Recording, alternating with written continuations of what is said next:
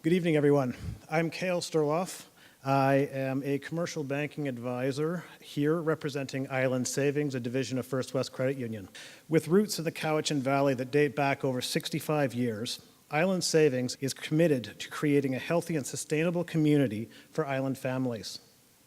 Our goal as a credit union is to make a positive, lasting impact on the communities we serve, as they are a core of who we are and what we do. We understand that to create a thriving community, it is important to consider all stages of life, which is why we offer financial advice that is tailored to everyone's personal needs.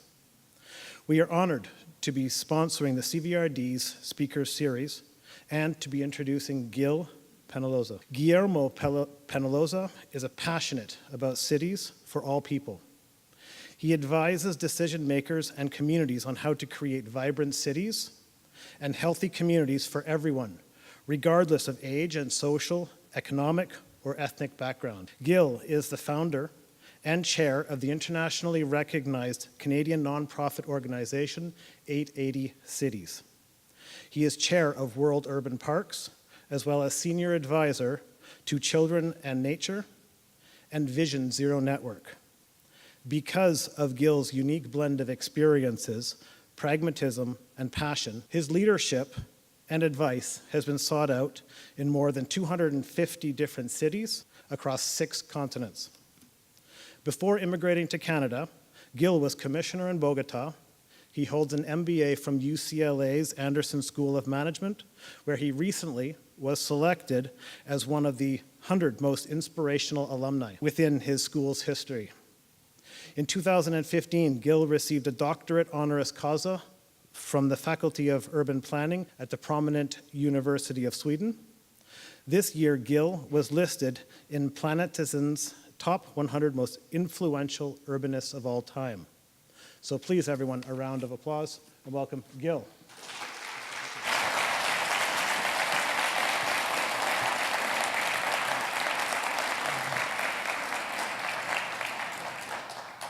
Thank you. Tonight, we're going to talk about communities. And we're going to talk about cities of all sizes.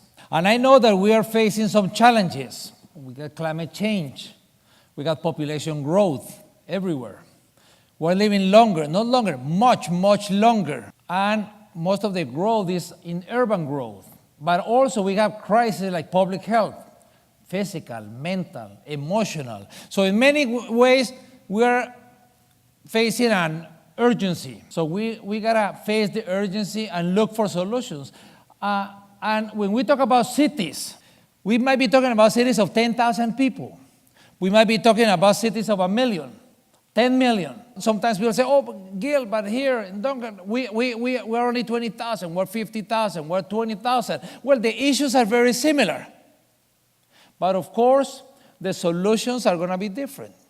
If you're under 16, you don't drive in a city of 10 million people, you don't drive in Vancouver, you don't drive here. We're living longer. We're living longer in Vancouver Island, we're living longer in Vancouver City. So today, we're gonna talk about cities and communities. Tonight, I wanna talk about sustainable mobility. And when I mean by sustainable mobility, I'm talking about walking, using bicycles, using public transit, new uses of cars, but also I want to talk about parks, and I'm going to talk about public places. And I want you to open up your minds when we talk about public places. A couple of months ago, I was in Västervik in Sweden, and there is a community of 20,000 people, and I was working in 3 different communities in Sweden, and between 10 and 40,000 people each. And they have similar issues of public places. They have issues of how to have walkable crosswalks, nice, and how to use bicycles, and how to use the rain, and how to lower the speed so that it's safe for everybody. And one of the things that the Scandinavians say when they see rain is, they say there is no such thing as bad weather, it's bad clothing. And it's nice, so let's think about public spaces as many different options. Malmo, Malmo lost half of the jobs. Malmo used to be an industrial city, shipyards. They lost half of the jobs in 2 years. They had to reinvent themselves. And part of it was through public spaces. And they did a lot of the parks and public spaces even before they built the housing. Detroit is going through a huge revitalization. What are they doing? Part of what they're doing in Detroit is working on the parks, working on the public spaces. I love this park, skateboard park, not only because they got this beautiful tree, but not only the beautiful tree, it has this beautiful, nice, cozy area for the parents and the grandparents. Actually, here in Cowichan Valley, every time we do any playground, any park, any skateboard park, let's make sure we got the nice cozy area. Otherwise, imagine the magnificent bonding of grandparents and grandchildren, but if they go and they gotta stand up and it's raining or too hot in the summer, too cold in the winter, they get bored. So public places, sometimes it's a big park in the middle of the city, sometimes an elevated one, sometimes it's like the Bean, sometimes along the rivers like the Mississippi River. And what do we do in the park? So many things. I was working in Chicago during the last World Soccer Cup. Where did I go see the games? I went to the parks. And that's what they were doing in South Korea and in Bogota and in Germany. But it's not only just about sports. The umbrella revolution in Hong Kong, where do they go? They go to the public spaces. The public spaces are wonderful because they're great equalizers. We can have Occupy Wall Street, or we can have Je suis Charlie. Here nobody knows who's rich, who's poor, who's fat, who's skinny. Everybody's the same. Public spaces is about everybody. And it's also not about just politics. Here we got 2 million people in Rio. It wasn't during the World Cup. It was a few months before the World Cup. The Pope went there and held a mass for 2 million people. But again, it doesn't have to be big. It can be in a small community. You got a stair and you have a nice paint, and it can totally transform an audience. Imagine from the point of view of citizen engagement, each one of the steps is done by a different family or a small business. You got 130 steps and the sense of belonging. So sometimes when people say, Gil, what's a nice definition for a city? I say, as a good city is one where I want to sleep at home, but I want to live outside. And that is the same whether the city is of 10,000 people or 1 million.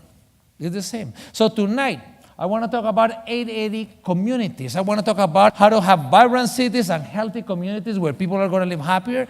I'm going to place emphasis on equity and public health. But to put things into context, I want to talk a little bit about Bogota and 880 cities, but I want to end with 8 messages in Cowichan Valley. It's clear?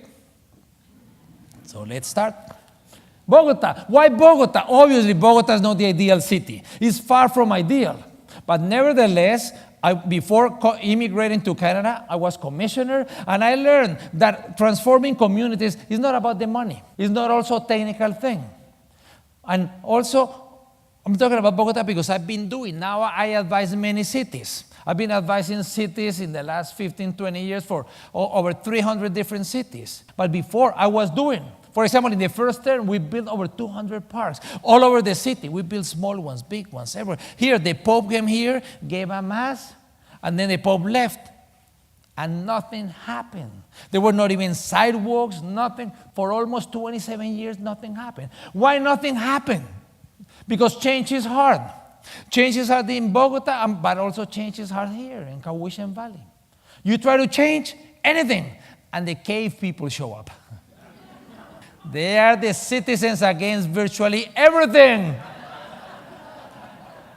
But you got to remember that we got to become champions at finding solutions to the problems, not at finding problems to the solutions.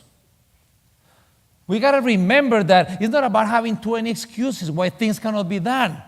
We got to find that little crack in the window and run through it and find a solution. So it was like this for almost 27 years or more. And then we turned it in 4 years into the nicest park for passive, for active, for contemplative recreation, for things that people can do at their own pace, at their own time. The uses and the activities, and I'm going to talk a lot about that later on public spaces that are so critical and so important. Sometimes things that people can do with others, other things that people can do by themselves. But it's not just about active, it's also about passive, it's about contemplative. It's about doing all kinds of uses and activities. And remember I said we began when the Pope came and gave a mass. Well, last month, 3 popes later, he also came, the new Pope, and he gave a mass also for another 1 million people. And the park, of course, now is not a piece of land, but it's a gorgeous, beautiful park, and everybody was very excited. Also, something that I did is I took a very small program and we turned it into the world's largest pop-up park. Sunday mornings, we pop it up, and people come out, and people walk and bike and skate.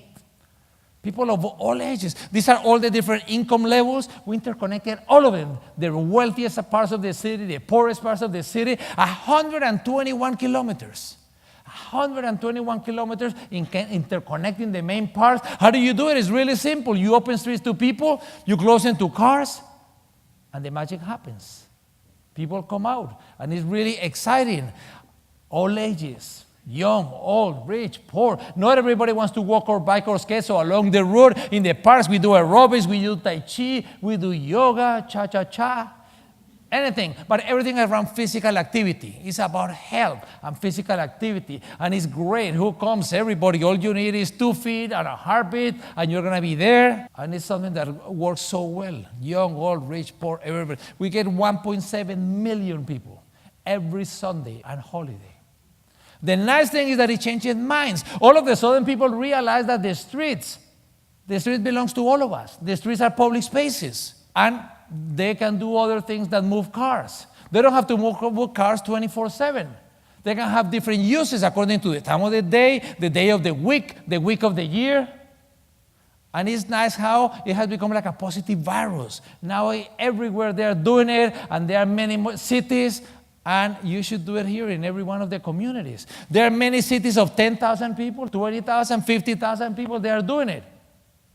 So it doesn't have to be a big city like Bogota. It can be many small cities, many small communities, because, it's about the same. It's about using the streets that belong to everybody. How are we going to use it? In different ways. This is also about social integration, because everybody goes. The owners of the companies and their minimum wage workers are there. We meet each other as equals, and that is something that is very, very powerful. One of the things why this is so exciting. But passing the page on Bogota. Now I run 2 organizations. One is World Urban Parks and 880 Cities. And if you want to make any comments on Twitter, and I've been lucky to have worked in over 300 different cities, and I want to share some ideas and some experiences. World Urban Parks, and I hope that every one of your community becomes member. World Urban Parks, basically we think that everybody should have access to quality parks within walking distance. And that we should invest in parks, in the management, in the uses, in the activities. And we have capacity building and webinars and courses. And we also got a lot of different committees that people can belong, whether it is children play at nature, or older adults, or healthy parks, healthy cities. And that is the website, worldurbanparks.org. But everywhere I go, people say, Gil, what's 880 Cities? Well, 880 Cities is not really about parks or streets. It's not about walking or cycling or transit. Those are the means. Those are not the end. The end is how can we help create successful cities and vibrant and exciting. The other day I was working in Warsaw in Poland. And I always like to go to the venue where I'm going to speak. So I went the night before, and I saw all of these people dancing. And I said, oh my God, how am I going to compete with these people? And then I saw all of these people dancing, and I saw the DJ Vika. You know, we're living longer. This woman is an entrepreneur. She actually owns all of the equipment. She goes and sets it up, and then has the party, and then picks everything up, and then goes to another park and another city, and goes all throughout Poland doing all of these parties. So we try to do, okay, how can we help create these vibrant cities and healthy communities where all people can live happier? And when I'm in any city, people always say, Gil, is this intersection safe? Can I send my children walking to school? Can I send my grandparents on a bike to get eggs or milk? You don't have to be a transportation engineer. It's really simple. 3 steps. We call it the 880 rule of common sense. Unfortunately, common sense seems to be the least common of the senses. 3 steps. Step number 1, think of a child that you love, someone around 8 years old, your son, your daughter, your nephew, your grandchild. And once you have that boy or girl, step number 2, think of an 80-year-old that you love, your parents, your grandparents, brothers, sisters. And when you have the child and the older adult, step number 3, would you send them across that intersection? Would you send them walking to the park or on a bike to get eggs or milk? Would they feel safe? If you would, it's because it's good enough. If you would not, it's because it's not, and we got to do it better. What if everything that we did here in the valley, everything, the sidewalk, the crosswalk, the school, the library, the community center, the theater, everything had to be great for an 8 and an 80. It's not 8 to 80, it's 8 and 80 as an indicator species. Because if it's good for the 8 and it's good for the 80, it's going to be good for everybody from 0 to over 100. We got to stop building cities as if people were 30 years old and athletic. And let's build great cities for all. That is the concept. It's simple, but it's powerful. Unfortunately, we have been building cities mostly is for 30-year-old and athletic. So there's an urgency that we need to do things differently. And like Einstein said, we cannot solve problems by using the same kind of thinking that we used when we created. So I want to take you to the 8 steps. The first one, I want everybody to be a guardian angel. A guardian angel to the gentle majority. Who's the gentle majority? It's the children, the older adults, the poor. And when I say gentle, it's because they are not the squeaky wheel. We're having meetings and the children are doing homework or are sleeping. Actually, when we evaluate any community of any size, anywhere in the world, we should evaluate, but how do we treat the most vulnerable people? And the most vulnerable people are the children, the older adults, and the poor. Let me give you an example of each one of them. The children. We should have playability everywhere here in the valley. Everywhere. Imagine you are going to go on the sidewalk and you have a swing. And you are waiting for the bus. There's a little parquet. So having walkability is great. This morning I was at a high school here, a secondary school, and some of the students are doing bus stops. Look, it's not about the money. It's just a little bit of creativity, and it's going to look great, highlight the pedestrian areas. Having fun. And some of you might say, great, because the kids love to have fun and games. But it's not only that. Playing is how children learn. Playing is how children develop their muscle strength, their cognitive thinking, the capacity to socialize, and friendships, and coordination. So play is something that is extremely important. We should have playability everywhere in the valley. Playing is something that should be a top priority everywhere. Everywhere, in the schools, in the bus stops, in the homes, in the buildings, everywhere. What if we had as a goal, not only in the valley, but everywhere, that every kid should have a play area or a park within a 10-minute walk? Every kid. So let's start building. Wherever there is not a play area within a 10-minute walk, let's start building it. Let's get parks everywhere, and so that all of a sudden those children are going to grow up healthier, both physically and mentally. But some of you might say, what happens if in a neighborhood we don't have a place to do the park? Okay, let's think what belongs to us. The schools, the libraries, the streets, the sidewalks. We need to do much better use of everything that is public. We need to work on that. That belongs to everybody. It doesn't matter if the library is managed by some and the community center by someone else and the schools by someone. It's paid by the same public funds, the taxes. So let's think of everything that is public. Let me show you. In one of the cities that they did this, and they found that many kids did not have a park within walking area. They went to the schools and they said, oh, you got this horrible thing that you call playground. No, we'll build a really, really good playground if and only if we make it a school park. That after 4 p.m., Saturdays, Sundays, and on vacation in the summertime, we allow the community to use it. So look what they did. They turned it into this, beautiful. Children play in green areas, they reduce the attention deficit and hyperactivity disorder. And they didn't do just 1 or 2. They did 100. This city actually increased by 25% their playgrounds without buying 1 centimeter of land. And many other places they do it. That's how they do it in Copenhagen. All of these are schools, and all of this is parks and play area. So during the school day, from 7 to 4 is for the school. After 4 p.m. is for the community. And if we don't have a school, then let's take over a street. Let's make it a play street. But every kid should have a play area within walking distance. So what role are all of us going to play in all of this? Older adults. This is really exciting because we're living longer. Much, much, much longer. And it's so nice. Imagine the people that in the history of humanity have lived to 65, half are alive today. This is something that is totally new. And in Canada, the over 65 are going to double, and the over 80 are going to quadruple. This is exciting. It's not just in Vancouver Island, it's everywhere. We're living longer. People are not even thinking about retirement. People are thinking about retirement.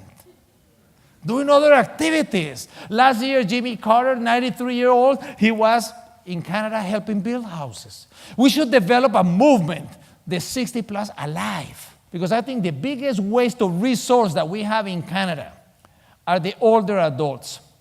People retire and we cross them out as if they had died, except that they got 20, 30, 40 years left, and they are healthier and wealthier and more active with better education and more travel. And they could be fantastic assets to the community. They could be teaching English to the refugees. They could be tutoring kids in the schools, organizing Tai Chi in the parks, and yoga and knitting and all kinds of activities. Here across the street we got the university.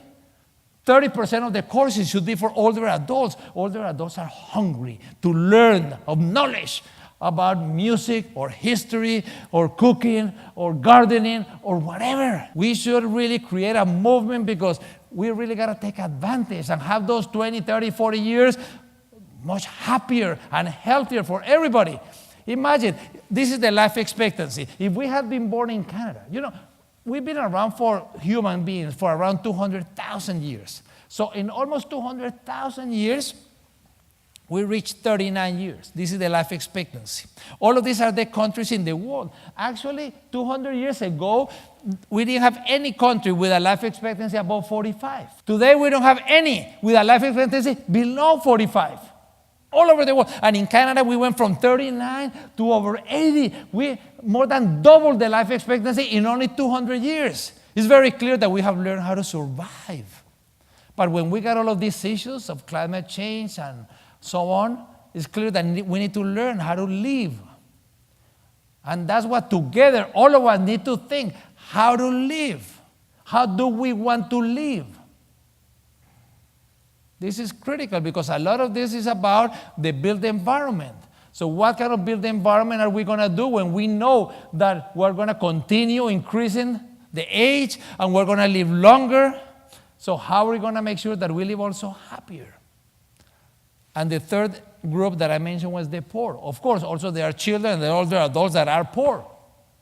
I'm talking about equity. I'm not talking about equality. The other day I saw a cartoon that made the difference that was really nice. It said, okay, this is equality. No, some people are starting so far behind that actually some don't need any boxes, while others might need 2 and 3 boxes. And someone said, okay, this is equality and this is equity. But actually, this is reality. Some people are way up there, others are underground. And someone also might be thinking, why don't we think outside the box? Maybe the solution is not just moving boxes around, but maybe it's just getting rid of the wall. So here in the valley also we got to think. Sometimes the solution is doing something totally different. So we have not been doing well with the poor people in the last 50, 100 years. And it's not just developing countries. Look, these are the wealthiest countries in the world. The 36 wealthiest countries in the world. The share of children living in poverty, US and Canada, 1 out of 5. 1 out of 6 is horrible. The wealthiest countries in the world. And people say, oh yeah, but we are like the States. No. We should benchmark. I think one of the things that we need to do in Canada is to benchmark with the best. Here in the valley, in Cowichan Valley, you got to benchmark with the best. You got to think, okay, which are the best communities of this size? 40,000, 80,000? Which are the best communities in quality of air, in quality of life, in public spaces, in mobility, in everything? There is no reason not to be as good as anybody in the world. So don't compare with the worst. For example, South Korea is 1 out of 14. Denmark is 1 out of 37. I mean, what does Denmark has that Canada doesn't? Nothing. Also, they got winters and summers, and places like Copenhagen, it rains much more than here in the valley.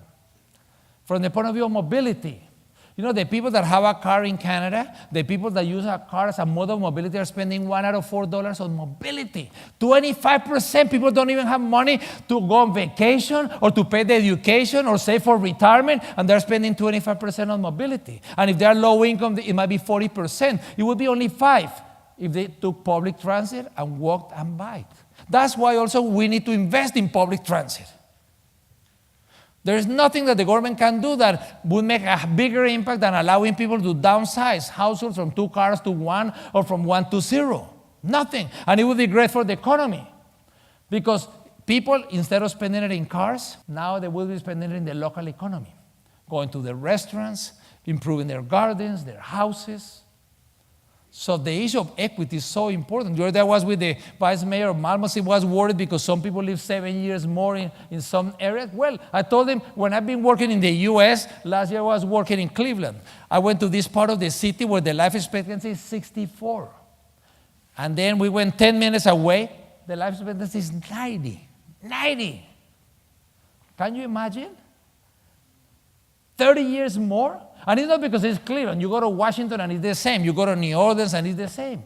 It doesn't make any sense. And I don't know what is worse, that this happens or that people are thinking that this is normal. Oh yeah, their lifespan is 55 is because they drink too much beer. What?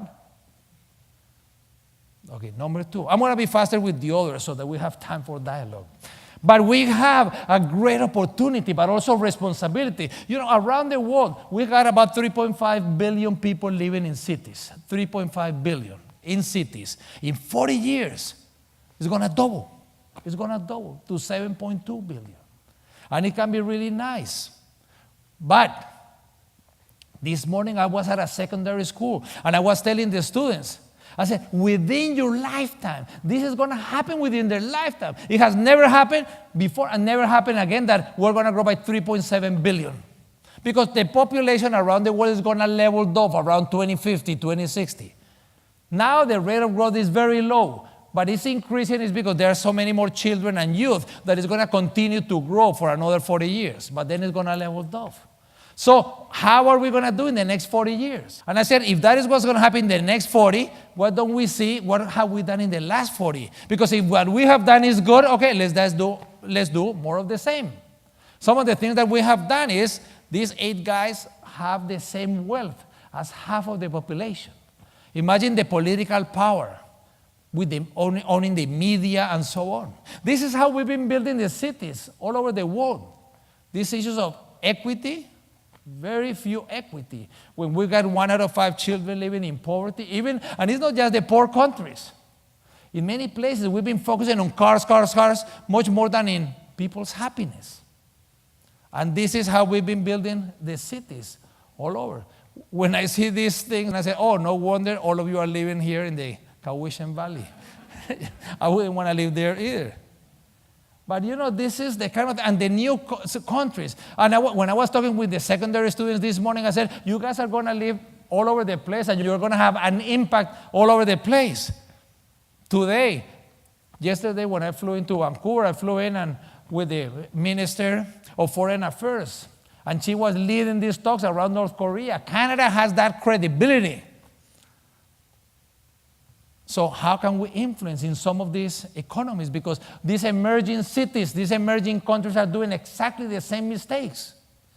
This is how so many communities are being built. Imagine if you are a child or someone on a wheelchair.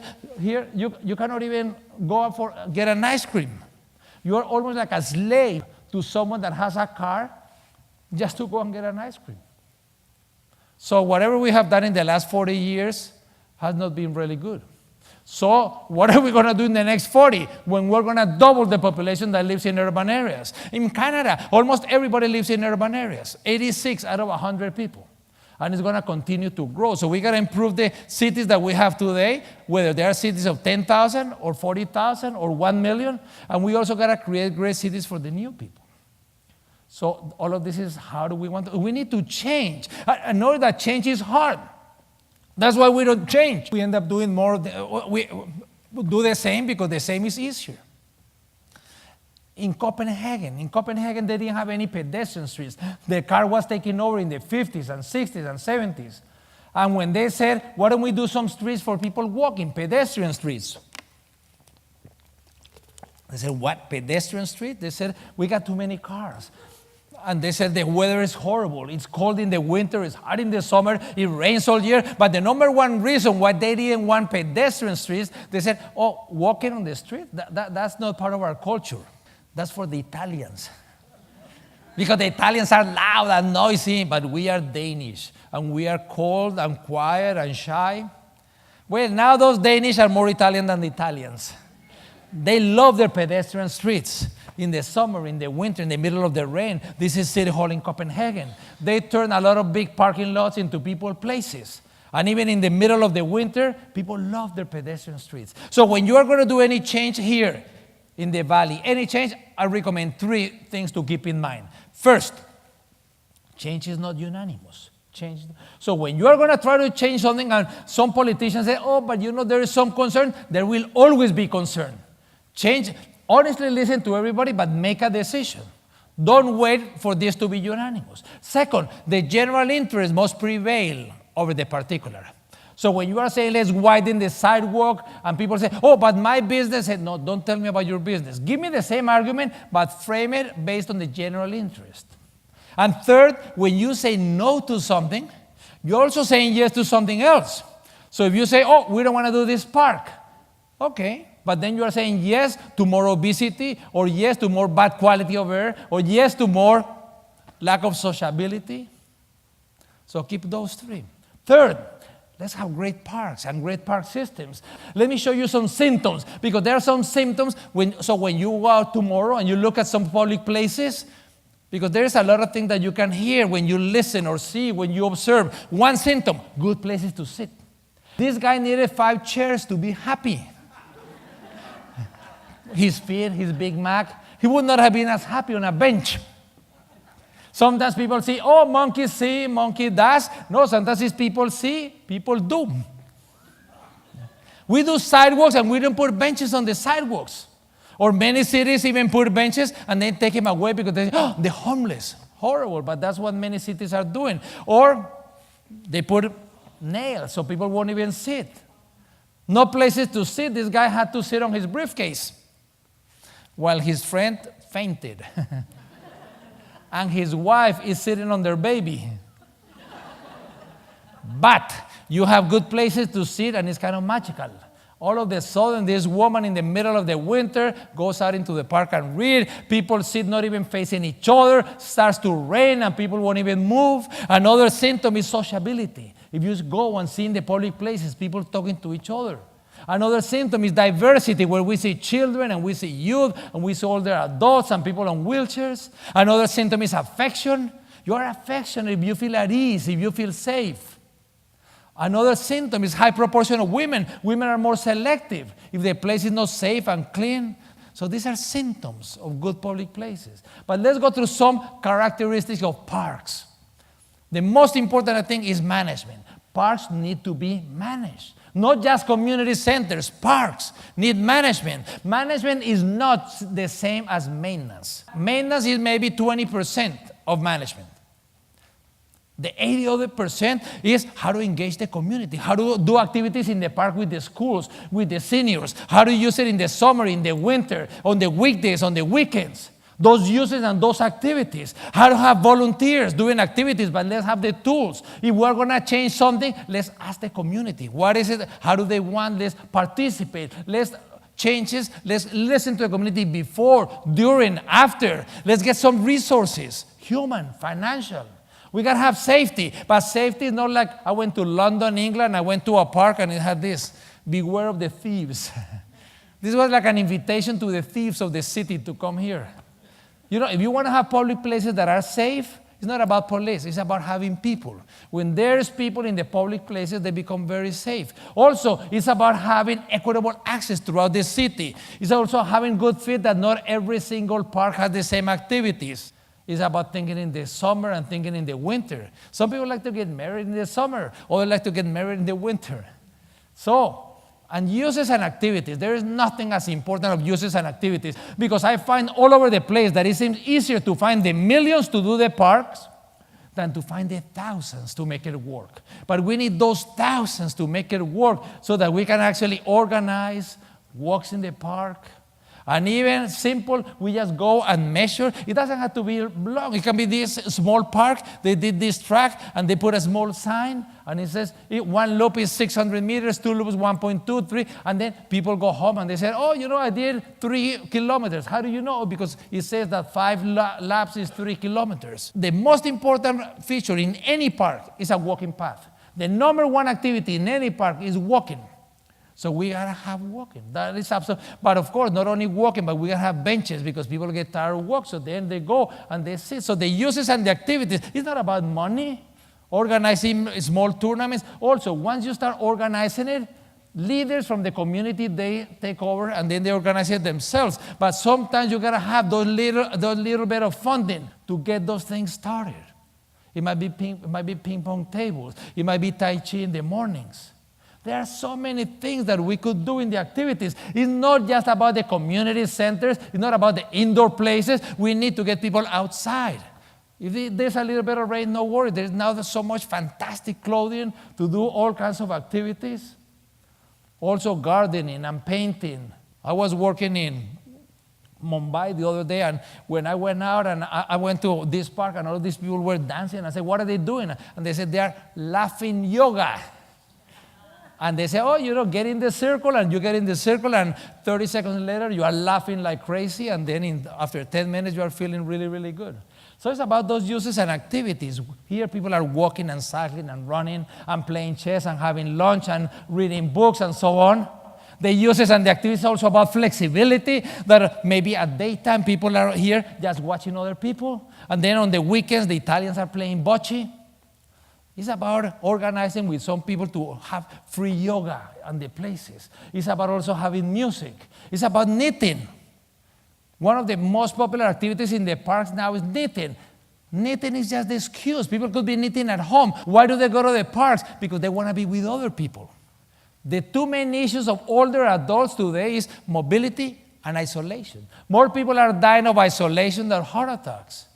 We gotta have music, we gotta have concerts, and things that are small. Maybe it's just having Wi-Fi and inviting people, having reading books, reading groups, that someone can come in the afternoons and read to children or to adults, or having those ping pong tables.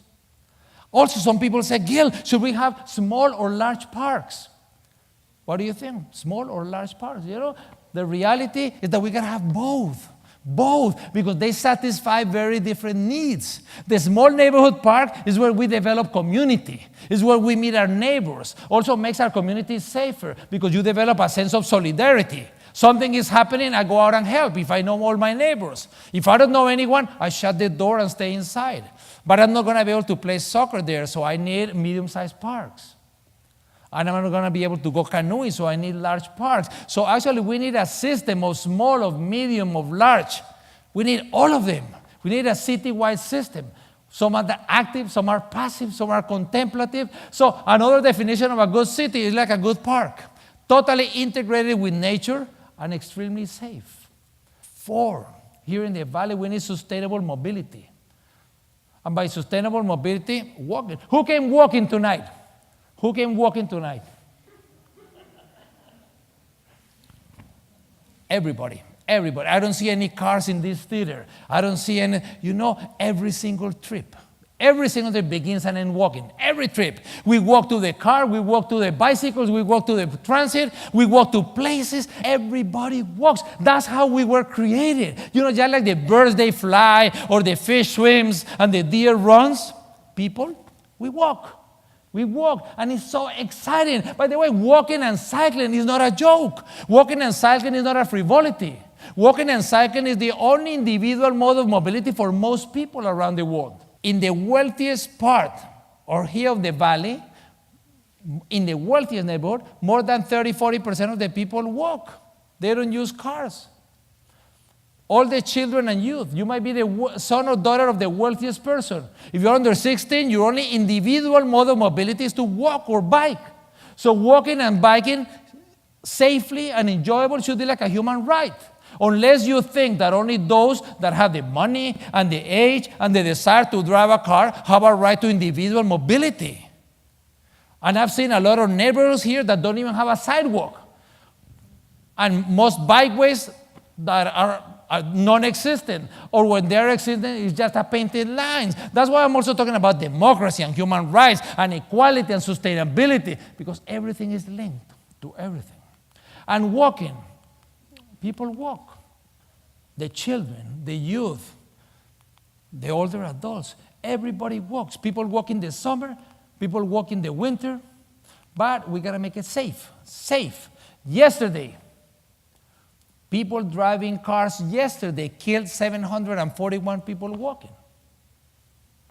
That's more than a person every 2 minutes. One person every 2 minutes. Don't call them accidents. They're not accidents. They could be avoided. They're incidents. We got to work with Vision Zero. Vision Zero is that you should not accept that here in Cowichan Valley, anyone will die on the streets, whether they're walking or cycling or in public transit or in cars. No one, zero.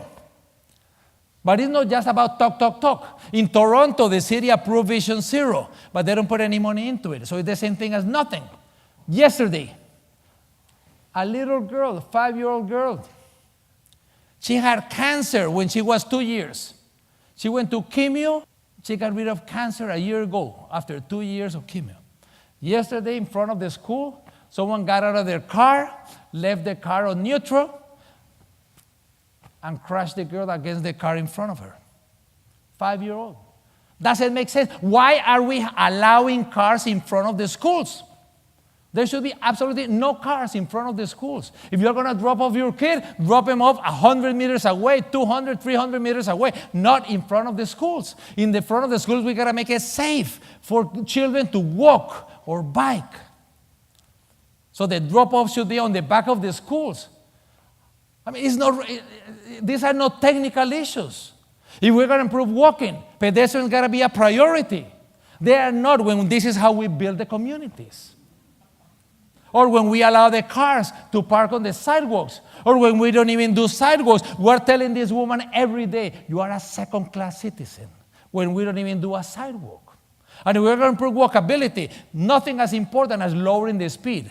Everywhere here in the valley, the speed in all residential areas should be 30K an hour. Why 30K? Because if you hit someone at 30 kilometers an hour, there's 5% probability of being killed. At 50, it's more than 80%. But not only that, it's because a lot more people walk. People don't like walking when the cars are going by at 50 or 60. It's not an enjoyable walk. And people walk fast. Instead, when the cars are going slow, people walk more enjoyable. And they talk to their neighbor, and they talk to the retail, and someone is walking their dog, and they talk about their dogs, and so on. So a lot more people walk. We got to lower. I've seen here a lot of signs in front of the schools here that you put these signs that said 30K, weekdays between 8:30 and 3. What do you mean? The kids disappear on weekends? They don't show up after 3? You got all of these parks. You got the playgrounds in the schools where the kids are coming after 3 and on weekends. So it's only on the weekdays, school weekdays? That doesn't make a lot of sense. We got to do it everywhere, everywhere. Also, I mean, we're going to save lives, lots of lives. Simple things. If we have a small island on a crosswalk, we eliminate more than half of the incidents on the crosswalk. Why are we still doing crosswalks without an island? When we know that we are going to save lives just by doing more than 56% of the accidents are going to be avoided. The kids are walking, not all of them cross in one line, they wait. And when we're talking about sustainable mobility, it's not just walking, it's also riding bikes and using transit and new uses of cars, and they gotta be best friends. I'm not saying that this is the end of the car industry, but the way we use cars is changing very, very fast. So fast that in Canada, the young people 16 through 24, in the last 4 years, purchased fewer cars. than any in that segment of population in the last 40. Got fewer driver's license. It's so nice that now for the young people, the car is not a status symbol. It's more of a status symbol, an iPad, or get a backpack and go to Europe, or rent a place in a walkable neighborhood than living far away. Older adults are terrified of losing the driver's license. So much that some studies show that it's as much as if people are told that they have cancer. It's not because they love cars, it's because they love mobility. People want to age in place. They want to continue shopping in the same stores and visiting the same friends and doing the same activities. And people say, oh, Gil, but the solution is going to be the driverless cars. The driverless cars? Well, this is what the city look like without driverless cars. And if we don't change our behaviors, this is how they're going to look like with driverless cars. Actually, we might have many more cars. Imagine driverless cars, you don't even need a driver's license. So we might have a 5-year-old on a car. We might have a 100-year-old. We might have a car without people. Someone comes here, they don't find parking, so they tell the car to go home and come back in 2 hours. Are we going to allow to have people-less cars? Because then we might have many, many, many more cars. Not parked, because maybe people won't own the car, but many, many more cars moving. So it's not just a solution. Riding bicycles, that is a possibility. We got to improve bikeability. And it's not like they told me that you don't like Toronto, so I don't have many examples of Toronto, except negative ones. This is what Toronto does, painting sharrows that they don't work. Imagine, you don't know if someone is going to open the door or the moving car is going to hit you. Why are we doing also bicycle infrastructure on the left side of the parked cars? Why do we have the cyclists protecting the parked cars instead of the parked cars protecting the cyclists? It's not about putting signage. It's not about bicycle parking or lockers or maps. That doesn't get anybody cycling. Not even the public bikes. That is like getting the saddle before the horse. The only two things that will get people cycling in a community of 10,000 or 20,000 or 2 million is two things. One, lower the speed in the neighborhoods. So if the speed is below 30, you can mix. And wherever the speed is over 30, then you're going to have a grid of protected bikeways. So everything that I said about 30K for walking is the same for cycling. But in addition, we need to develop a network of protected bikeways, a AAA bikeways that is for all ages and all abilities. We're working with the mayor of Victoria. She's building a network of protected bikeways. Lisa helps. Fantastic. She's done so many in just her first term. But it's about having a physical separation between the cyclists and the cars. And if you don't have the money, well, this is Montreal, this is Paris. But don't just paint the line. If you're just going to paint the line, enhance that painting line by putting those plastic bollards, and it's going to make a huge, huge difference. But you need to connect origins and destination. It's not just about doing one. It's like a citywide power grid, citywide water grid. We need to have a citywide bicycle grid.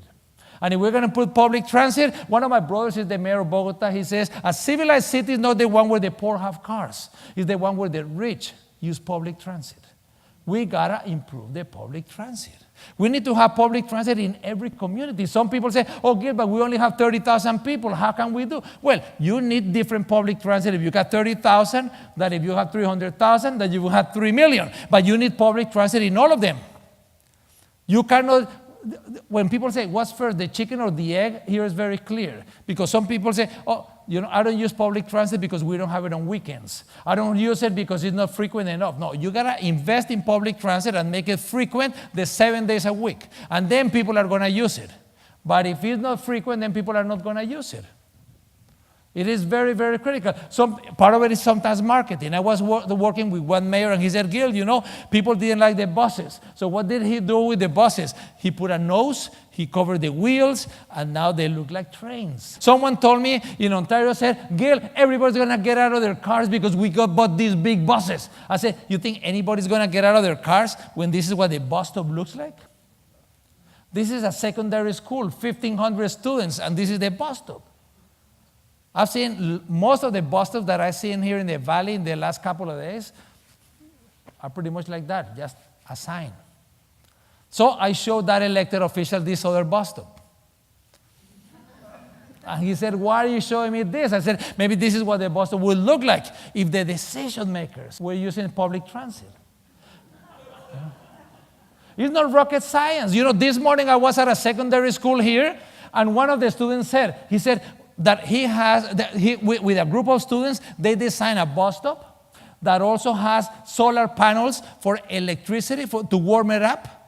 And they have benches, and it's like a meeting place. So whenever people are waiting for the bus, they can use it. But if people are not waiting for the bus, they can sit and play chess, or read a book, or chat, or listen to music, or do whatever. Creating that place. So it's not rocket. That student from that secondary school is great. 5, sidewalks, parks. Are they important? It's not so obvious. For us, it might be, but I go to many communities and I show them these playgrounds and these sidewalks. What do they say? Gil, go do some fundraising. But I go to the same community and I show them a pothole. They go crazy. They think that maybe a car is going to fall there. And the media plays into this. This TV station hire a woman. All she does measure potholes and has a section Tuesdays and Fridays at 6 p.m. And the citizens, they get organized to pressure the government, not around playgrounds, not around sidewalks, around potholes. And when they cover it, they go out and celebrate. Why? Maybe it's because when we take a look at the urban area of the valley, in the urban area, the biggest public space are the streets. The streets are between 25 and 40% of our urban areas. So how are we going to use it? What is the smart way? We know that walking and cycling and transit takes up a lot less space. This is really critical because, look, this is a community, a small community. There used to be a river going through here. 40 years ago, someone said, oh, no, efficiency, cars. So they put a road on top of the river. But now, 10 years ago, they said, oh, can we go to Cowichan Valley and get the best students from the university to come and work here? Would you go there? Probably not. So someone said, wasn't there a river going down? 7 years ago, they brought it up. So you want to live here? Look, it's the same store, or you want to live here? This is very, very important because someone was telling me, Gil, what's going to happen here in the valley? We're going to grow by 25%. Yeah, but try to it's not an issue of quantity. I mean, Canada is so far in the world, so far ahead, that if we open the doors for 24 hours, we can double the population. It's not about quantity, it's about quality. How can you attract the best people? We live in an ever more globalized world. And in a globalized world, the best people can live anywhere. However you define best. It can be the best medical doctors, or it can be the best pizza makers, or coffee makers, or sports, or musicians, or engineers, or planners, or whatever. So every morning you should be waking up in every one of the communities thinking, how can we retain the best people? How can we attract the best people? And it's through quality of life. We need to decide, are we going to do a street for cars or for people? Do we want a street to look like car storage, or do placemaking that actually help create community? 6, everybody learns from everybody. I know that some of you are already thinking, Gil, here we are different in the valley. We got nothing in common with Copenhagen or these other cities. We are unique. I know, in Cowichan Valley, you are absolutely unique. Just like everyone else. This is, like Margaret Mead said, this is not like on the computers that we copy and paste. Even within each one of your communities, everyone is different. Everyone is different. But we can adapt and improve. Every idea that I'm showing none is to copy. All of them are adaptable. The other day, you probably know Shania Twain. Well, Shania Twain is from Timmins, population 43,000 people. The mayor called me and said, Gil, you got to come and see this park. And I said, I'll go, but why? She said, because 2 years ago you came by and you were talking about pilot projects in New York. And I said, oh, she got it. She could have said, oh, I got 43,000 people, I got nothing in common with New York. No, she opened her mind and she said, oh, I like the idea of pilot. And she went back to Timmins, 43,000, and she put up some planters, brought up tables and chairs, and created a park from May to September. Fantastic. That's the idea that we need to do, to be active, to move from talking to doing. There are so many things that we can do because everybody can learn. Not only what to do, what to avoid. Ann Fenton, a physical education teacher, She saw that fewer and fewer kids were walking to school. This is in a small community in Ontario. So she asked the kids, why don't you walk to school? Because they were afraid of the cars. So when they went home over the holidays, they came back and she was dressed up as a pilot. She shut down the parking lot. She forced the cars to park on the side, away from the school. Initially, she said, oh, the parents were so upset. She thought they were going to beat it up, but they were coming and she was, good morning, good. And the kids loved her. And the kids, at minus 24 degrees, the kids started to walk and to bike. Very, very successful program. Now it's in the third year, and other schools in the community are doing the same thing. So we need hundreds of Ann Fentons, because this is not only infrastructure, this is also programs. Part of it is hardware, part of it is software. Look, Cochrane, 5,000 people, 5,340, and 2 polar bears. I went there and we were working with the community, and the week before I had been invited to Google to look at their driverless cars. So I had some images and I started showing some photos of the driverless cars and some drones that they had and activities. And it was really fun. And when I was showing this in Cochrane, all of a sudden, one of the things that they loved, some of the students that were in the audience, they loved this bike. So they said, why don't we create a bicycle share system, a public bike, in a community of 5,000 people. So then they went to the police and said, there's a lot of bicycles that you have found and no one has claimed, lost and found. So then they got those bikes. And they started then painting them like the Google bikes. And they created a bike share system. Those are the kind of things that you can do in small. There's so many things that you can do in a small community that is so magnificent. Take advantage of being a small community. For example, if you're going to do programs with elementary kids, here you can go to a community and work with all of the elementary kids. You go to 5 elementary, you did all of them. You go to 5 elementaries in Vancouver, people won't even notice that you did an activity. Here, many people wear the same hat. So you are talking to someone and they're in the Board of Education, but they are also in the business community.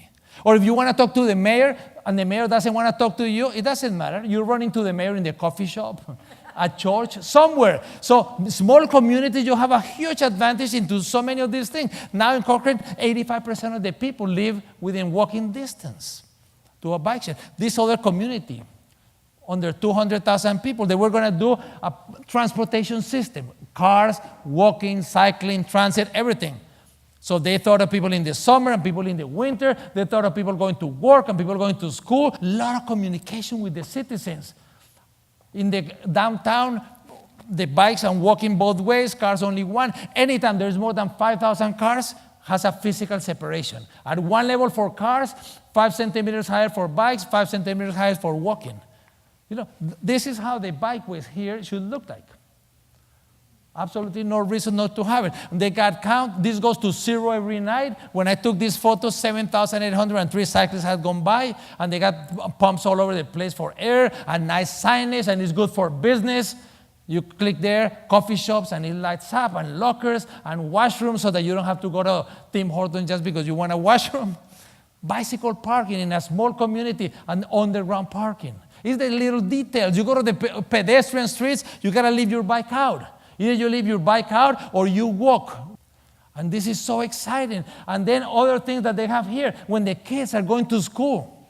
When the kids are going to school, what is the speed in front of the schools? It's not 30 kilometers an hour. It's 0.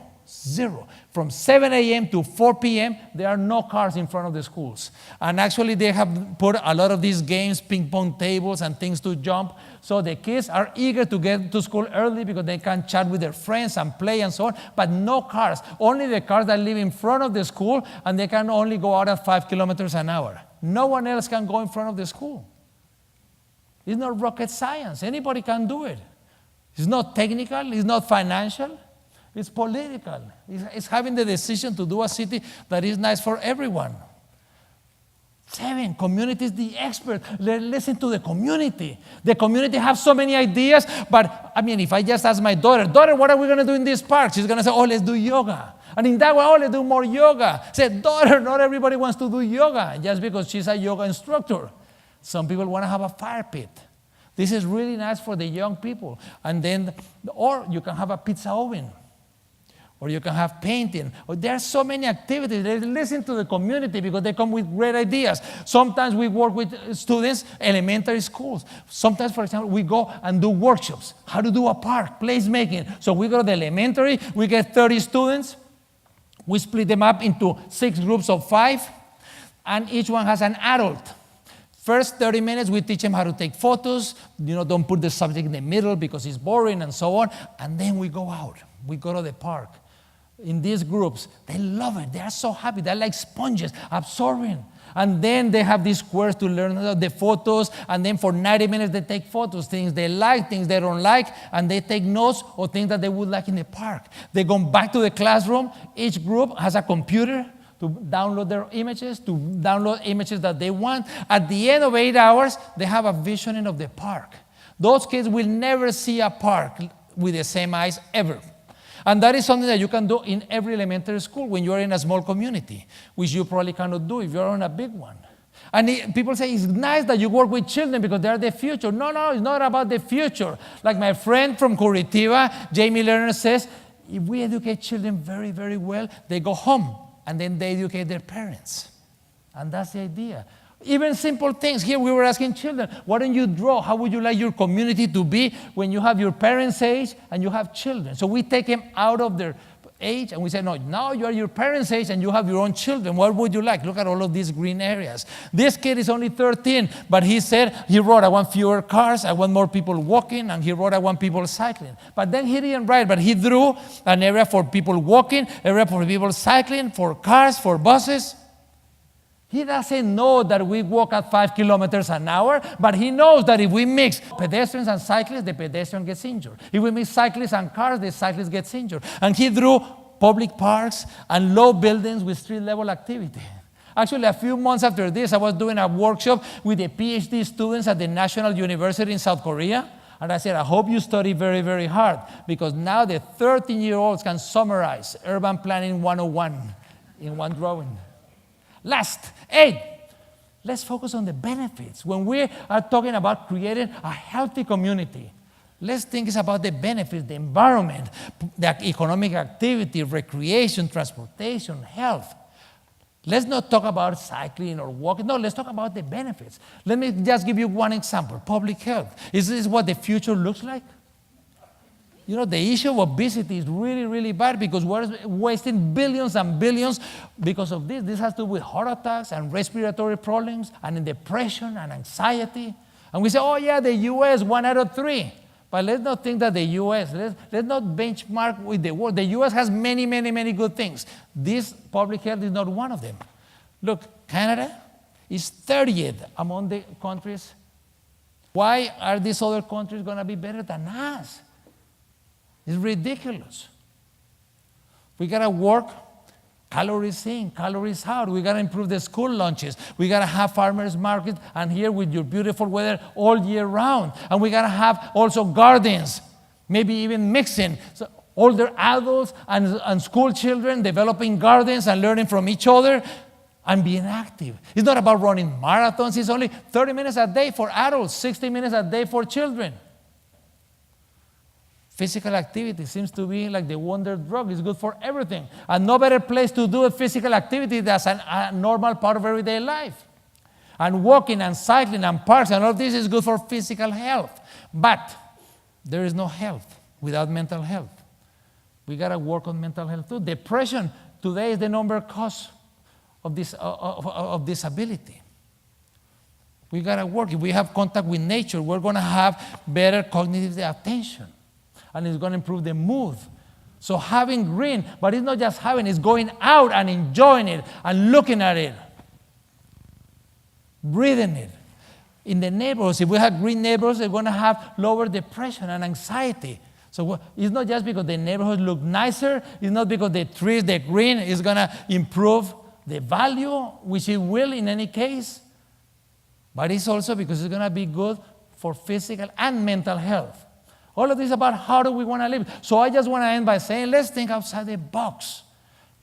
Here in Cowichan Valley, let's do something special. These are not technical issues. These are not financial. This is political.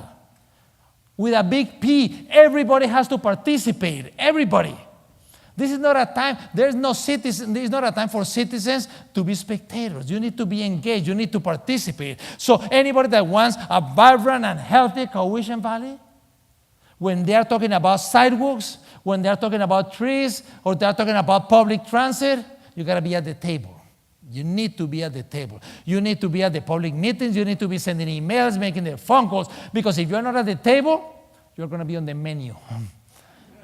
And you don't want to be on the menu. You say, oh, what happened with that sidewalk? What happened with that park? Well, did you go to the public meeting? No. Did you make the phone calls? No. Well, you were on the menu.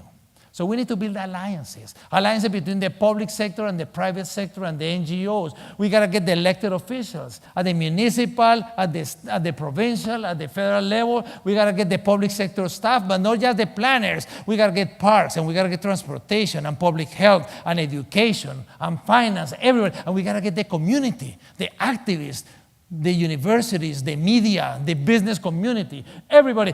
How do we get this to be like a three-legged stool? What is the glue that links all of this? The glue is developing the sense of urgency. The sense of urgency and a shared vision. So with sense of urgency and shared vision, we're going to move from talking to doing. I know that many of you are saying, Gil, but we're doing. I know that you are doing, but you got to do more, and you got to do it faster.